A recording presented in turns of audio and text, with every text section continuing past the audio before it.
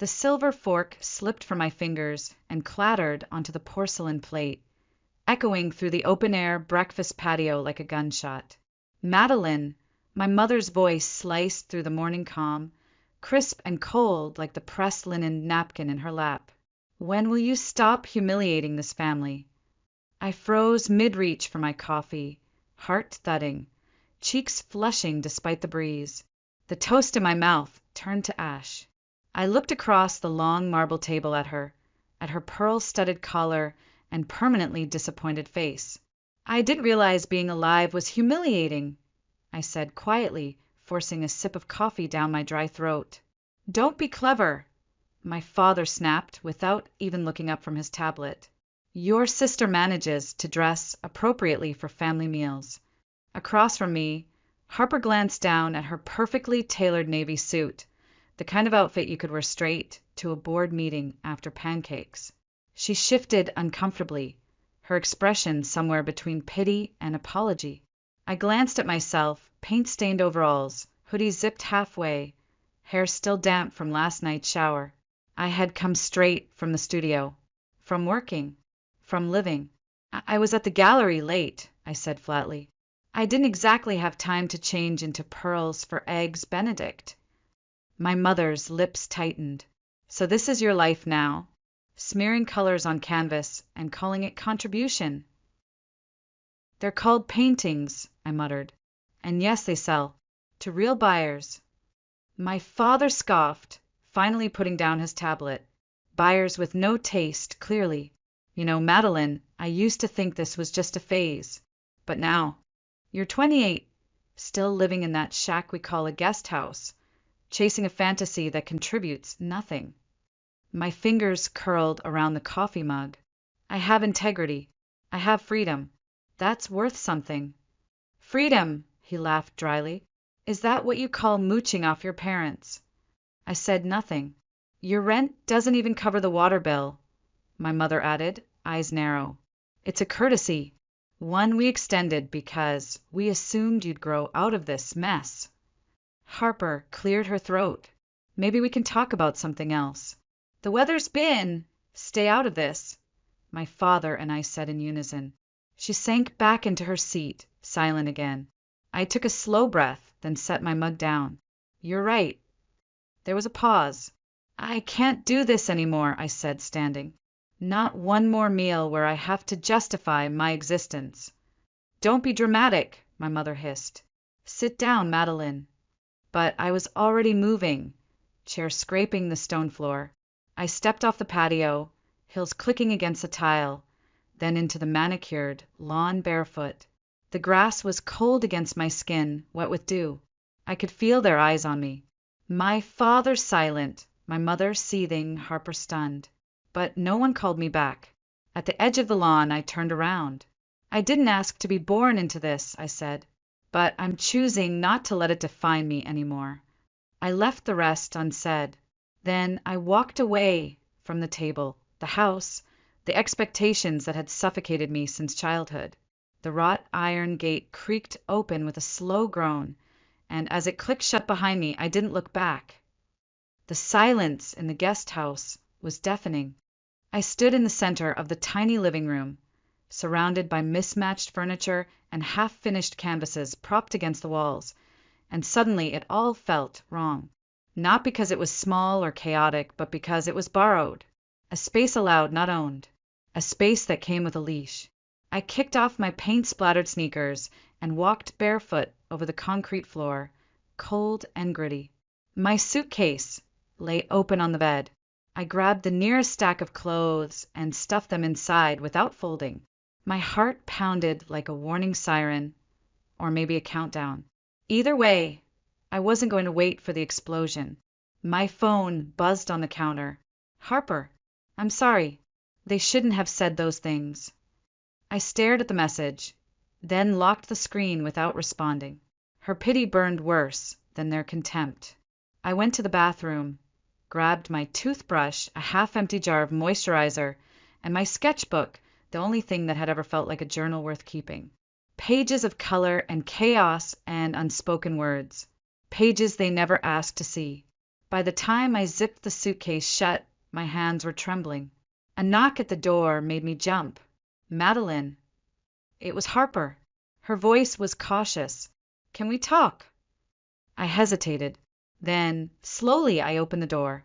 She looked at the suitcase first, her eyes widening. "You're leaving?" "I have to," I said. I can't do this anymore, Harper. I've been drowning for years and calling it compromise." She nodded slowly, as if she'd known this was coming but hoped it wouldn't. "Where will you go?" I let out a short, humorless laugh. "No idea, but it'll be somewhere where I can breathe." "I want to help." "No," I said quickly. "You're still part of that world. You may not agree with them, but you live by their rules." "That's not fair." "Neither was the way they've treated me my entire life." She said nothing after that, just stood there, watching as I dragged my suitcase to the door. I paused for a moment, gave her a small, weary smile. "Take care of yourself." "You too." And with that I walked out. The sun was bright, too bright, and it made everything feel raw and exposed. I tossed the suitcase into the trunk of my battered Corolla and slid into the driver's seat. The leather was hot. The AC sputtered once, then gave up. I didn't care. As I pulled out of the driveway for the last time, I glanced in the rearview mirror. Two silhouettes stood at the upstairs window of the main house. My parents, watching, stone-faced. They didn't wave. Neither did I. Instead, I raised one hand in a mock salute and drove. I didn't know where I was headed, only that west felt right. Toward the ocean, toward noise, salt, and motion. I turned up the radio to drown out my thoughts, but nothing could mask the thudding ache in my chest. Somewhere along the Pacific Coast Highway, the car began to sputter. I pulled off near a small art fair on a pier in Santa Monica, thinking I could maybe distract myself, maybe even sell a piece or two from the stash in my back seat. I set up my tiny booth near the end of the row, the wind tugging at my hair. The canvases looked small and out of place between the polished jewelry stalls and high-end sculpture vendors. But I hung them anyway. Bold strokes of color, unfiltered, undignified, honest. An hour passed. People walked by without stopping. Then another. Still nothing. Then I saw him. Grease-stained jeans, sunburned forearms, and a tool belt slung around his waist like it belonged there. Definitely not the typical art fair crowd. He paused in front of one of my paintings, a swirl of gold and deep red that I'd poured my worst night into, and tilted his head. "You painted this?" he asked, pointing. I nodded. He turned to me, smiling. It's like looking at a sunset through stained glass. I blinked. That's exactly what I was going for. He extended a hand. "Miles. Miles Carter." "Madeline Shaw," I said, and for the first time in hours, I smiled. The loft smelled like sawdust and fresh paint, 2 scents I never expected to associate with safety. It was small, tucked above Miles' half-renovated garage on a quiet corner of Santa Monica. The floor creaked with every step, the brick walls were chipped and uneven, and the windows rattled when the wind hit, but it was mine, ours. We carried the last box up the narrow staircase together, both breathing hard. "This place has character," I said, wiping sweat from my forehead. Miles grinned. "That's a nice way of saying it's falling apart." "No," I said softly. "It feels alive." The kitchen was barely more than a hot plate and a sink. The bed sat on a wooden pallet near the window. I draped my scarves over the curtain rods to soften the afternoon light, while Miles mounted his old turntable on a milk crate. That first night, we ate Chinese takeout on the floor, our backs against a stack of unpacked canvases. I should have felt nervous, homeless in the eyes of my parents, no savings to speak of, no certainty. But instead I felt something strange peace. Over the next few days, we fell into a rhythm. Miles woke early, sleeves rolled, toolbox in hand, determined to bring the garage downstairs back to life. He spent hours under hoods, coaxing old engines to breathe again. He spoke about carburetors the way I spoke about shadow and light. Not just with knowledge, but with reverence. I set up a makeshift studio in the corner near the largest window. My easel leaned against a wall splattered in accidental color. For the first time in months, I painted without pressure. No exhibitions to impress, no parents to placate. Just movement, just release. One morning, as I stood over a half-finished canvas, Miles came up behind me, wiping grease from his hands. "You should sell these," he said. I shrugged. "I've tried." "Not like this," he said. "Set up an online shop. Let people find you." "I don't even know what to charge," I said, biting my lip. "They're not gallery pieces." "They're real," he said. "That's worth more than any gallery label." So I did it. Nervously, tentatively, I created a website, took photos in the best light, wrote little blurbs under each piece, even when it felt too vulnerable. And when it came time to enter the price, I hovered. "You're sure?" I asked Miles for the third time, finger trembling above the keyboard. "Madeline," he said, brushing hair from my face, "your work is worth it. Trust yourself." So I clicked publish. Then I waited. Hours passed, then a day, and then the first order. Someone from Portland bought a piece I painted on a sleepless night, one I nearly threw away. The message with the order said, "Your work speaks. Thank you for making this." I cried, not because of the sale, but because for the first time someone saw me and didn't flinch. More orders trickled in, then commissions. Then a blog wrote about my raw, unfiltered approach to trauma and identity. I didn't even know they were watching. Every time a new message came through, Miles would grin and say, "Told you." One afternoon, I returned from the post office to find him standing in the middle of the garage, staring proudly at a vintage Mustang he'd just finished restoring. He looked up at me, smudged with oil and sunburned, and said, "She's beautiful, huh?" "She is," I said, "but you know what's better." He raised an eyebrow. "This life," I whispered. "We built it." That night we celebrated with gas station wine and grilled cheese sandwiches. We danced barefoot on the creaky wood floors as jazz played from the turntable, and for the first time in years I wasn't performing. I wasn't trying to meet anyone's expectations. I was just living. The rain had been threatening all day, thick clouds pressing against the skylight, casting everything in a bruised gray hue. I was knee-deep in a new piece, charcoal on canvas, bold and messy when the knock came. 3 sharp raps, urgent and uneven. I froze. Miles was still at the garage. We weren't expecting anyone. I opened the door, cautiously, and there she was. Harper. Except it wasn't the version I remembered. Gone was the immaculate bun, the flawless suit. Her blouse was wrinkled collar askew. Her eyes, usually sharp and alert, were ringed with dark circles. And when she spoke, her voice cracked. "I didn't know where else to go," she said. I stepped aside, wordlessly. She stood just inside the doorway, arms wrapped around herself, as if unsure whether she was allowed to fall apart in front of me. "What's going on?" I asked. She took a deep breath and broke. "Dad's being investigated. Financial crimes. Embezzlement, kickbacks, stuff I don't even understand. It's all over the news now." I stared at her. "Wait, what?" "He used the foundation as a shell," she said, voice flat. "Funneled money through dummy contractors. Years of it. Someone finally blew the whistle." I lowered myself onto the edge of the futon. Why would he do that? He already had everything. "I think he thought he needed more," she said, looking down. "Or maybe he just didn't think he'd get caught." "And Mom?" "She's a wreck. Says she didn't know. I don't know if that's true." The silence stretched between us. Only the soft patter of rain on the roof filled the space. Harper looked at me then, truly looked at me, and I saw something in her I'd never seen before. Humility, desperation, fear. "They're going to lose the house, Maddie. Everything. They don't have liquid assets.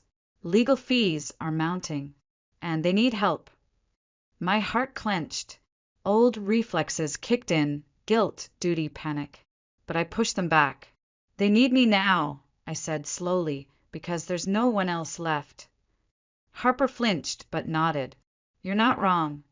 I begged them for years to see me, I whispered. All they saw was Harper the Perfect. And now I'm the only branch left to cling to. I'm not asking you to fix it, she said quietly. But maybe just talk to them. They won't listen to anyone else. I looked around our small space, the chipped counters, the open canvas, the laughter that still hung in the corners from last night's dinner with friends. This life was hard-earned, fragile, precious. If I go back, I said carefully, it won't be as their daughter trying to prove something. I won't grovel. I won't offer money. She nodded. I'll go as myself. For me. That's all I hoped for, she said. Just don't let their brokenness break you again. Later that night, I sat curled on the couch, a blanket over my knees, the room dark except for the soft glow of the salt lamp Miles gave me for my birthday. I told him everything. He didn't interrupt, just sat beside me, silent and solid. When I finished, he reached over and took my hand. Whatever you decide, he said, I'm with you. I don't know what to do, I admitted. Part of me wants to help. Part of me wants to watch them burn. He nodded.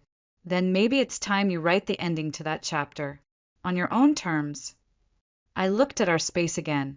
This wasn't just a home. It was a boundary, a line I had drawn in the sand. Tomorrow I'd see them. But I wasn't the same girl who walked barefoot off that lawn. Not anymore. The hallway smelled like mildew and old wallpaper. I stared at the peeling gold numbers on the door, 3B, and took a breath so deep it hurt. My hand hovered over the frame, knuckles pale. I hadn't seen them in person since the day I walked out barefoot with nothing but a suitcase and a cracked voice. I knocked. There was a shuffle, then the slow creak of hinges. My mother opened the door, and for a moment we both just stood there. She looked thinner. Her perfectly coiffed hair was pulled back in a loose, careless twist. No pearls, no lipstick, just a pale cardigan button wrong and eyes that looked tired in a way makeup couldn't hide. Madeline, she said softly, as if saying the name summoned an ache. Hi, Mom. She stepped aside. Come in. The apartment was dim, cluttered with legal envelopes and takeout containers. Nothing like the mansion I'd grown up in. The marble, the vaulted ceilings, the smell of lemon polish and power. This place smelled like fear and reheated rice. My father sat on the couch, his back curved slightly, TV remote in hand though the screen was off. He looked up when I entered and stiffened. Well, he muttered. You came. I'm here to talk, I said. About what? He snapped. How we ruined your life. Go ahead. Get out. Pile on with everyone else. I blinked at the bitterness. No, I said evenly. I'm not here to gloat. He huffed. Then what, Madeline? You want to see the consequences of our mistakes? You want us to beg? No, I said again, this time quieter. I want you to understand what it felt like to be your daughter. My mother sat slowly in the chair across from him. Madeline, we thought we were pushing you toward your potential, toward success. No, I said, voice tightening. You were pushing me toward your version of success. You never asked me what I wanted. You never saw me, just Harper's opposite. Her shadow. That's not fair, my father muttered. Isn't it? I said, every time I brought you a painting, you asked why it wasn't a law degree. Every time I chose color, you told me I was wasting time. Every meal turned into a tribunal. We wanted stability for you. You wanted control, I said, and the silence that followed confirmed it. My mother's eyes were glassy now. We were scared, she whispered, of losing you to a world we didn't understand. Art, it's not a life we know how to support. Then you could have just loved me through it. My father stood, paced, then turned sharply. So what now? You show up and tell us we failed. And then what? You drive back to your bohemian fantasy and feel righteous. I stood, too, no longer afraid of his volume. I came to see if you were okay, I said, not because you earned it, but because I needed to know I could face you and still be me. My voice wavered, but I didn't look away. I'm not going to write a check. I'm not going to fix this for you, but I'm also not going to carry it anymore. The shame, the guilt, the responsibility to be who you wanted. My mother reached for my hand, but I pulled back. I love you, I said quietly, but I won't set myself on fire to keep you warm. My father sat down slowly, the fight leaking out of him. We thought we were doing the right thing, he said, more to himself than to me. I know, I whispered, but you were wrong. The weight in the room shifted, not lifted, not yet, but acknowledged. And for now, that was enough. The space smelled like linseed oil, fresh varnish, and engine grease, an odd combination that had somehow become home. String lights hung in lazy arcs across the exposed beams. Canvases lined one side of the open room, each mounted carefully on reclaimed wood panels. On the other side, a candy apple red Mustang gleamed beneath soft light, Miles' pride and joy. The door opened again, and the bell above it jingled. More guests, more laughter, more voices rising in surprise and admiration. This is incredible, Maddie, someone whispered behind me. I turned. Harper. She stood near the entry in her signature blazer and heels, though something about her posture had changed. She looked softer, like she'd finally put the mask down. You came, I said, blinking. I wouldn't miss it, she replied, her voice warm. You did this. I looked around at the people wandering through the space, pointing, smiling, studying brushstrokes and bodywork alike. We did, I said, glancing toward Miles, who was showing a group of kids how the engine purred. Harper reached into her purse. They wanted me to give you this. She handed me a cream-colored envelope, my name written on it in my father's precise, slanted handwriting. I hesitated, then opened it. Inside was a single card. Madeline, we are proud of the woman you've become and the life you've built. We were wrong to try and change you. If you're willing, we'd like to get to know you. Not the version we tried to shape, but the real you. The one with paint on her hands and fire in her voice. The one we never really saw. With love and admiration, Mom and Dad. I stood frozen, the words vibrating through my bones. For a second, the room blurred. Harper touched my arm. It's not perfect. They're not perfect, but they're trying. I nodded, folding the card and slipping it into my pocket like something sacred. Later that night, when the crowd had thinned and the air buzzed with the residue of celebration, I stepped out onto the sidewalk with Miles. The sky was velvet dark, scattered with the kind of stars that made you forget you were in the city. We walked in silence for a few moments, hand in hand. So, he said, finally breaking it, what's next for us, Madeline Shaw, soon to be Carter? I laughed quietly, leaning into his shoulder. I don't know. And I didn't. But for the first time, not knowing felt like possibility, not fear. Inside that studio, I had found more than purpose. I had found voice, boundaries, love that didn't ask me to shrink, a family I chose, and somewhere in the wreckage of my old one, maybe, just maybe, something new could begin. The truth was simple. I had spent a lifetime trying to paint the perfect picture for people who only saw what they wanted. But now I was creating the masterpiece of my own life, and I was no longer asking anyone to approve it.